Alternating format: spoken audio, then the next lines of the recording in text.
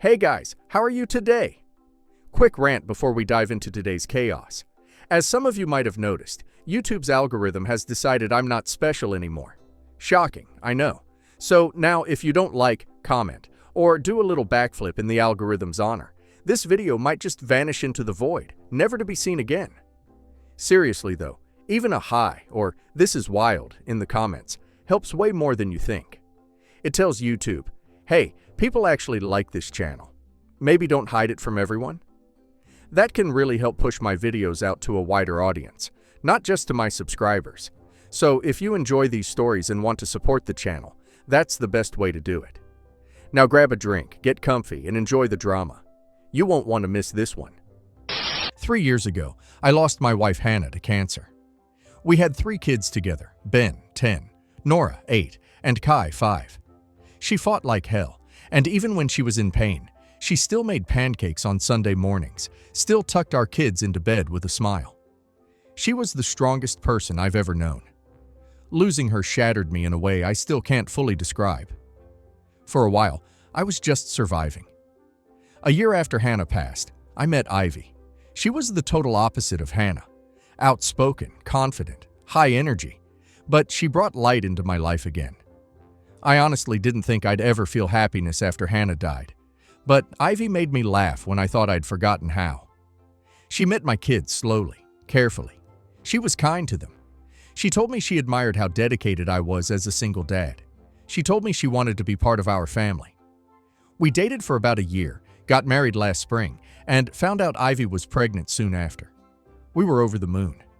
We agreed early on that she would be a stay-at-home mom, not just for our newborn, but for all 4 kids. She agreed.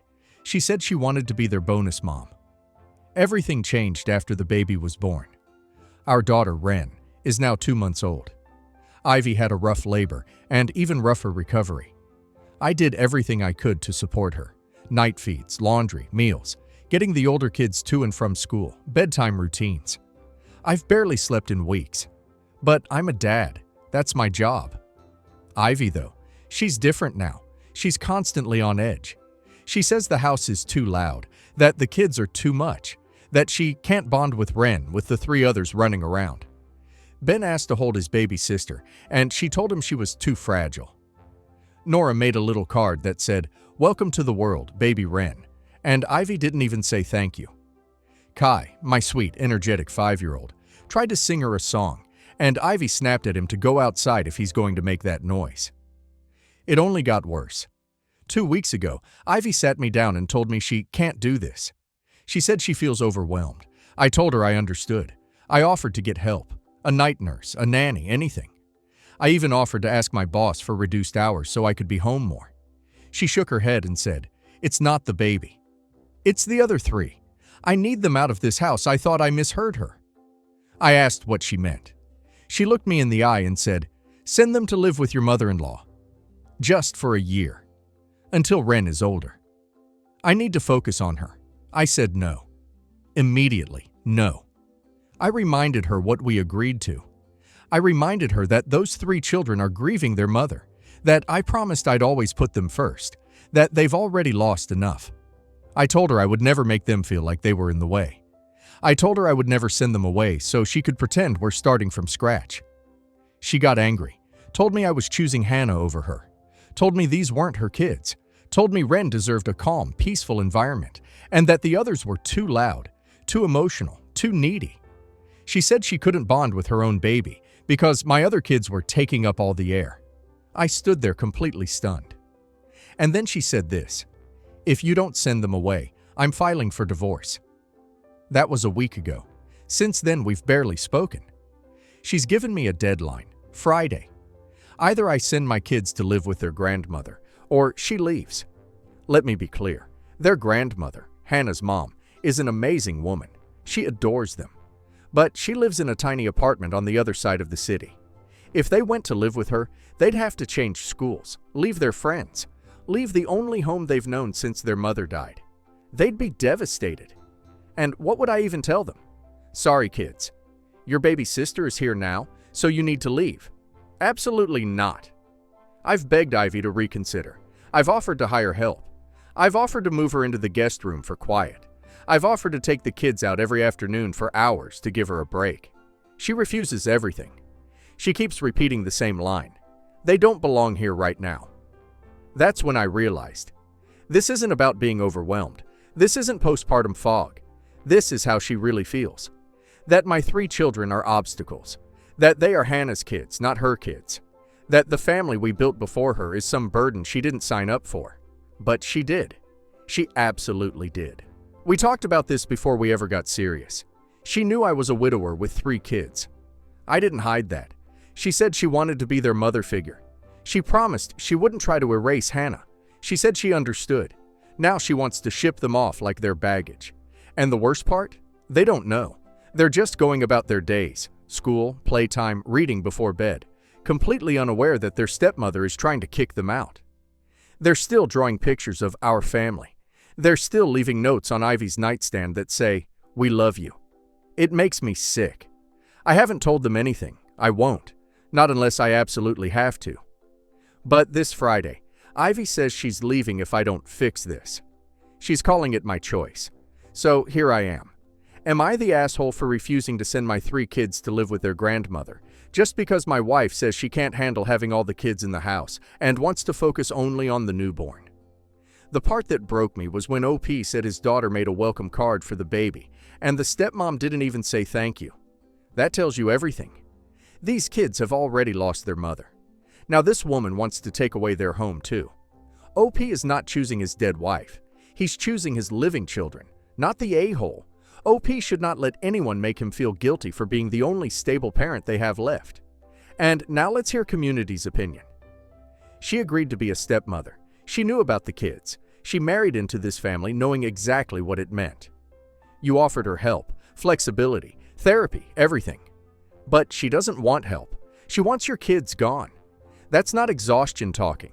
That's someone who doesn't see them as family. I hope you keep your promise to them. Not the a-hole. If she walks away, let her. You didn't make your kids feel unwanted when their mother died. Don't let Ivy do it now. Saying they don't fit right now, like they're out-of-season furniture, made my skin crawl. These are children, not clutter. The fact that they're still drawing pictures and whispering to the baby while she plots to send them away, that's what makes this so cruel. Not the a-hole. You're being a real father. Postpartum emotions are real, but this isn't a hormonal snap. This is emotional abandonment in slow motion. She's not asking for space. She's asking for erasure. The worst part? Your kids have no idea that the woman they call stepmom wants them gone.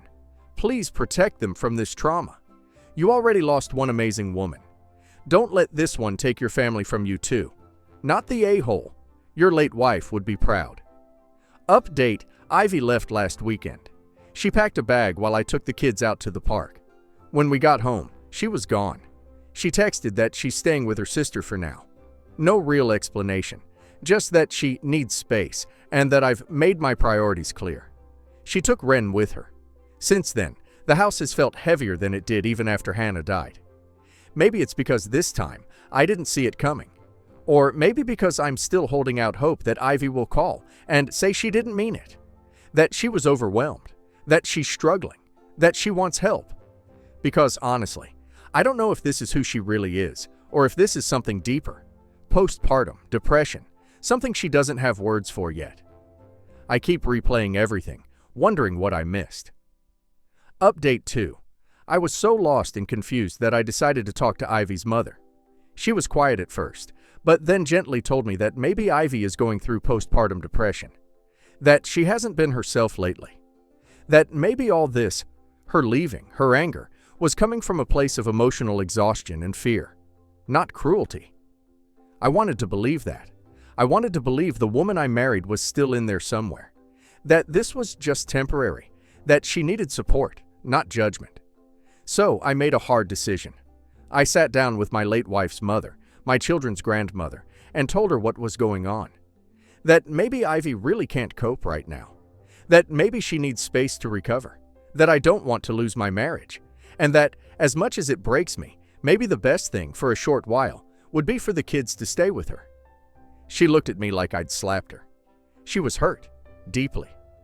She said, "I thought you promised Hannah you'd never let them feel pushed aside." I told her I still believe in that promise, but I also believe in helping someone who might be silently drowning. After a long pause, she said yes. Of course she'll take the kids. She always will. But I could see the disappointment in her eyes. I thought maybe this sacrifice would bring Ivy back, so I texted her and said, "You can come home." I made arrangements. The kids will stay with their grandma for now. Her reply? "I'm not coming back. That's all." I stared at that message for a long time. And then I broke. I couldn't hold it together anymore. I called her sister, someone I never thought I'd cry in front of, and asked her why. Why won't she come home?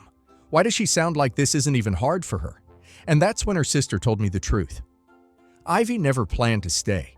She told her sister months ago that she just wanted a baby, that I was stable, safe, and grieving enough not to notice, that she thought the baby would be all hers. I didn't speak. I couldn't. I don't even remember ending the call.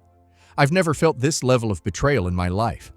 I don't know what's worse, that she used me, or that she used my children to play house until her real life started. And now I'm sitting here alone. No wife, no baby. At least I didn't tell my kids yet that they have to leave. But I still feel like I've failed everyone. I don't even know what to do next. Okay, so my parents got divorced when I was 14 when it turned out me and my twin sister were not my dad's bio children. Dad found mom cheating again with bio dad, and she confessed to it in a fit of rage. We had DNA tests done. Dad assured us that it didn't change anything, and we were still his daughters. My sister had different ideas. She went to live with mom and bio dad. I feel this was it for dad, and he went through a rough phase during that time and lost his job. He used up all his savings to keep me comfortable and his own therapy. My mom somehow realized this and said she wanted control of my sister's college fund, and I still remember her exact words when she left our house. "Enjoy it while it lasts. You'll come crying to me when he makes you homeless." Well, Dad got an extremely well-paying job a few months after that. We have been more than comfortable since, and Dad has added a substantial amount of money to my college fund. I did meet my mother and sister a few times after that, but Mom didn't want my bad influence on her, so we were low contact, so she didn't know the exact amount of the money he was making. Now it's time for college, and Mom called me yesterday asking me which university I'll be going to. I told her about my dream school and a few others, all admittedly expensive. She was silent for a few moments before she said she needed to go and hung up. Well, she called my dad. She demanded to know how he was paying for it because even the original sum of college fund wasn't enough for those universities. On learning the reason, she demanded he add the required amount of money to my sister's college fund and a bit more because she had used up 10% of it, on what she refused to say. My dad refused. My mother called me back, saying I was depriving my sister of a good college life. My bio dad and sister have also messaged me saying the same. What my sister said hit hard. We both had discussed going to the same university, which is the dream school I'm talking about. We thought at the time we couldn't afford it, and now I can, and she can't. She says if I ask Dad to do it, he will, and he probably will, but I feel like that's emotional manipulation. She also said I should give up a bit of my fund, so both of us could at least have an equal amount, but I feel like that would be betraying my dad. Am I the a-hole? Info. My parents had 50-50 custody of me and my sister, but my sister didn't want to meet Dad since she wanted to bond with her real dad. My dad did try to reach out to her, sat her down and asked her if anyone was pressuring her, but she was adamant, so he had to back off. My mom said I had betrayed her, but didn't force me to visit, and bio dad never had a conversation with me. Not the a-hole. They made their choice, and are mad now yours has worked out better. If I were you, I'd show everything they've sent to your dad and let him make his own decision. Definitely don't give up any of your college fund. Not the a-hole. Your mom is especially a jerk for not trying to maintain a good relationship with you, and for saying you betrayed her. You're not the one who cheated on your dad. Your sister's upset, but she also went off on your dad and refused to see him. Your dad went through tough times and is doing better, so he's been able to pay into your college fund a bit more. He doesn't even have access to your sister's fund, and her mom has dipped into it. You and your dad sound okay, but your mom, sister, and her dad are being aggressive. You should share the messages with your dad, but also make sure you tell him that they're being unreasonable. Whether your dad pays more into your sister's fund here is irrelevant. It would be kind, but he's not an a-hole to not do it. Not the a-hole. Your mother and your bio dad are responsible for paying your sister's college tuition, not anyone else. When your sister decided to follow your mom and your mom decided that they would be better off with bio dad, that's when responsibility shifted. I think your dad has been through enough, and he shouldn't bear the burden of being financially responsible for anyone other than you and him. And asking him to do so when, based on what you described, your mother did everything in her power to keep you both away, would be extremely inconsiderate of you. My ex-girlfriend and I broke up a few years ago. It was a rough breakup, and we hadn't spoken since then. During our relationship, I spent the bulk of my time at her house, in a very exclusive, gated community. I've always made really good money, but she is a surgeon and her house was nicer than mine. During this time, she always coveted another, more expensive house in the community, on the water with a great view, boat dock, walk to the clubhouse, her dream home. In the time since we broke up, I started a few businesses that blew up, and now my financial situation is much better than hers, even on a surgeon's salary. I decided to sell my modest home, and, well, you can see where this is going. There was a surprising lack of homes that met my criteria, and my realtor was having trouble finding places to show me. Then, of course, she showed me the ex's dream house, which recently came on the market. Initially resistant to the idea of moving into the same community as her, I decided I wasn't going to let her dictate my life decisions. This was the nicest house I saw, and I decided to buy it. While moving in, I noticed her aunt, lives in same community, cruising by in her golf cart, scoping out the new people moving into her niece's dream home. The look on her face when she saw me was priceless. The secret was out. It all came to a head a few days later at the community clubhouse, where they have Sunday brunch, a bar, and a pool. I got a little drunk that day after mimosas at brunch and hours at the pool bar. The ex's whole family, parents, brother, aunts, and uncles, came in for lunch. Her aunt broke the ice by walking past my table and telling me, "You know, you are an incredibly terrible human being." To which I cracked up laughing, because her aunt is the biggest "see you next Tuesday" I've ever met. My reaction must have set off the rest of her table, because the ex came over with her other aunt and they started laying into me, telling me things like I didn't belong there and that I had no right to buy that house, which they assumed was a buy made out of spite. Mind you, I hadn't seen or spoken to her in 3 years. Then the ex said that I just needed to get over her. I'm long over her, and that I was pathetic for this move. This set me off. I lost my cool and went full Frank Costanza on her, telling her I would be in the pool, in the clubhouse, and all over the shuffleboard court. There is no shuffleboard, but that's beside the point, and dared them to keep me out. And then I told her she was welcome to come visit her dream house anytime, and I may have called her a T-Wad also. I was never in this for the joy of spiting an ex, but now I take pleasure every time she sees me in the clubhouse with my new girlfriend. In addition to this, I serendipitously found out her family was buying a boat owned by another resident I met at the community bar. I bought the boat out from under them, out of spite, and now they have to look at it parked at my dock every day. Poor rich people. Yes, the a-hole. You're allowed to buy any house you want, but you can't pretend like you didn't know the reaction it would get. Your line about the aunt's look being priceless kind of gives it away. You knew this would set them off, and you got the reaction you wanted when you saw the priceless look on her face. And then your reaction at the brunch sealed it. And buying the boat out from under them? If I had any thought to second-guess my judgment, the boat deal reminds me that you really are the a-hole here. Everybody sucks here. You could have taken the high road, but you didn't.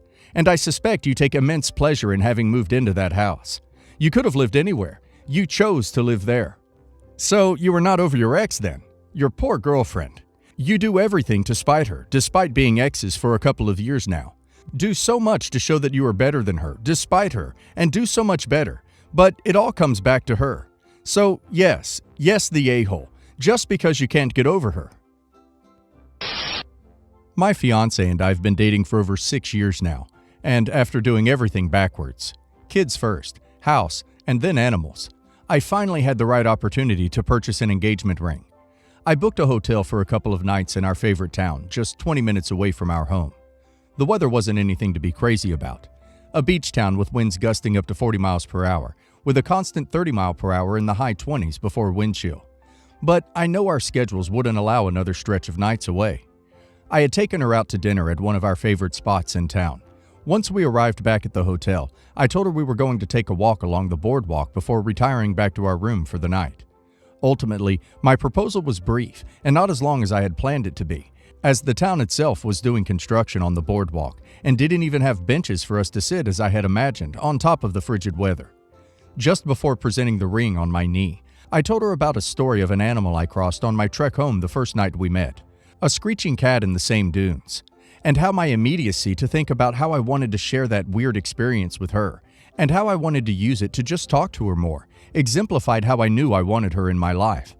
The location I proposed was not only the location of that strange animal, but also the intersection of two roads, with the one being the road we used to live on, and where she first told me she loved me. She had said yes, and we finally made our way back to our hotel. We've had our fair share of major ups and major downs, some that would even break most couples. However, roughly 5 days after proposing and her saying yes, she said she couldn't get over how the proposal was about a cat, and that she deserved better with everything we've been through. I told her if she truly felt that way, then give the ring back, but I won't be giving her the ring again. At the end of a long discussion, via text, she gave the ring back after I told her she needed to hand it to me rather than me taking it. Hours later, she asked for the ring back, and she kept explaining her expectation was for me to take the ring and propose to her again. I told her that I would stick to my word and not give the ring back, which then devastated her. I don't know, man. It took you 6 years and a few kids to finally honor her in this way. And you don't know her well enough to know the kind of romantic scene she had in mind? 6 years, kids, and a mortgage, and this is the best you could come up with all that time she graciously gave you to think it up. And then to boot, when she confessed to being disappointed with a moment she has likely been fantasizing about her whole life, plus 6 years, instead of being sorry you disappointed her and trying to make it right, you punished her for communicating honestly with you about her feelings. Wow, just wow. Yes, the a-hole. Yes, the a-hole. The proposal sounds just weird. And it doesn't matter what I think or anyone else other than your ex-fiancé. And she thought it was weird. Then you threatened that if she returned the ring and asked for a new proposal, that you'd just never give her the ring again? This isn't a game. Do you even love her? Take her somewhere that is meaningful to her, where the weather isn't freezing, and tell her why you love her. You could light candles in your own patio. Many places would be better than a cold and windy boardwalk. You've waited this long. Now do something nice for her. Everyone sucks here. The crappy proposal in freezing cold with a cat story sounds par for the course after reading the rest. But once she said yes, she should have left it alone. You had me until the childish, if you give it back, I won't give the ring back, all over text. And then doubling down. I think she dodged a bullet, frankly. 6 years is a long time. Hopefully she sees the light. I own a bakery, and my ex decided to make a huge order for a party he's hosting. He made the order through my co-owner, who tried to hide it from me. When I first heard about the order, I was excited because it was huge. But when I found out it was from my ex, I said I wouldn't make the cakes for him, and I ended up canceling his order against the wishes of my co-owner. Now, both my ex and co-owner are angry at me. My co-owner is angry because it was a bad business decision in her eyes, and his order was huge for us, both in terms of size and in the exposure it would have given us. My ex is angry because he claims he ordered those cakes for our daughter, and I was being selfish for not making them for her. I told him I would make her cakes at my house, so I didn't need him to buy any for me, which just made him angrier. The reason I'm refusing is because when we were together, my ex was unsupportive of my dreams of owning a bakery. He made it seem like it wasn't something his wife should be doing professionally, and that I should have just been happy with baking as a hobby. My former mother-in-law told me him ordering the cakes was him trying to give me a peace offering. Am I the a-hole? Yes, the a-hole. If you just owned it by yourself, fine. But you have a co-owner and are taking money away from them because you are being petty. Yes, the a-hole. And you proved him right with your lack of good business sense. You lost your business a big opportunity because of your ego. Baking at home for your kid has nothing to do with your orders at work. Basically, your ex said, let me support her in her biz, give her an order, good opportunity. And you said, no, I don't want to make cakes professionally. I want to remain an at-home baker like you told me all those years ago. Stop defining yourself due to your bad memories. This is your job now. Think about it differently. Show everyone how great you are at your job. Wouldn't it be great to prove him wrong by doing a great job with the order? It seems he's understanding he was in the wrong. Why are you still holding on to the past and limiting your future? Yes, the a-hole, 100%. Because your ex didn't support your idea, you've just lost a lot of money and visibility, as well as the trust that your co-owner has placed in you to manage your firm together. As a business owner, it's petty, immature, and reckless. Beyond the business side of things, you've realized your dreams and proven them incorrect.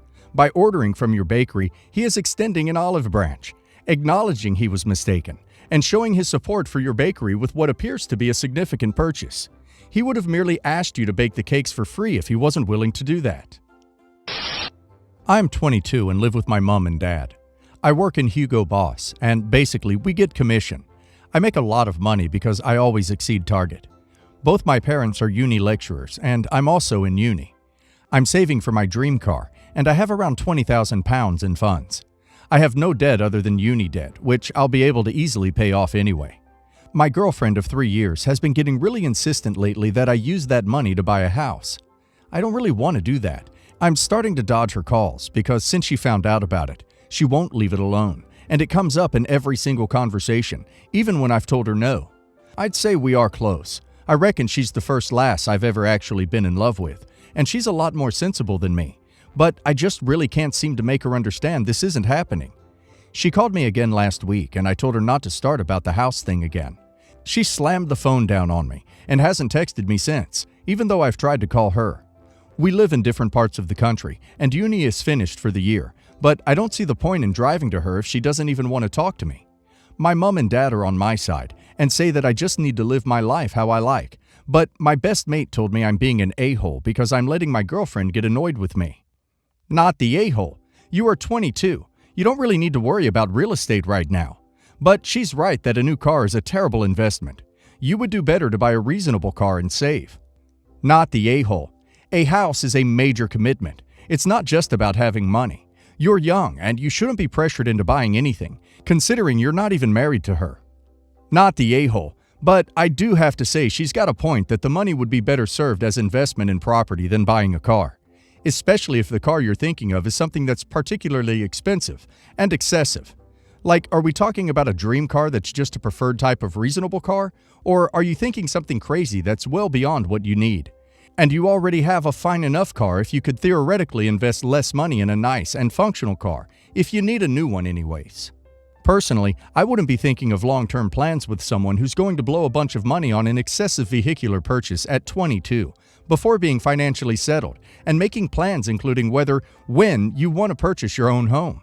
Heck, you aren't even renting. You're living with your parents. Personally, I'd consider that pretty childish. That said, it's your money and ultimately your call. Plus, it might not even be a good call at the moment to purchase a house. A house isn't a good investment if you'll be moving within 10 years, and you're only 22 and a student. You don't know yet where you'll be having your career. Don't purchase a house until you're settled somewhere, no matter what you decide for the money. Personally, I'd recommend calling that money a house fund and continuing to save instead of spending it on some big pleasure item at this point. Cars don't keep the resale value after all. It's not really an investment so much as a purchase based on need. But that's just me. Like I said, it's your call.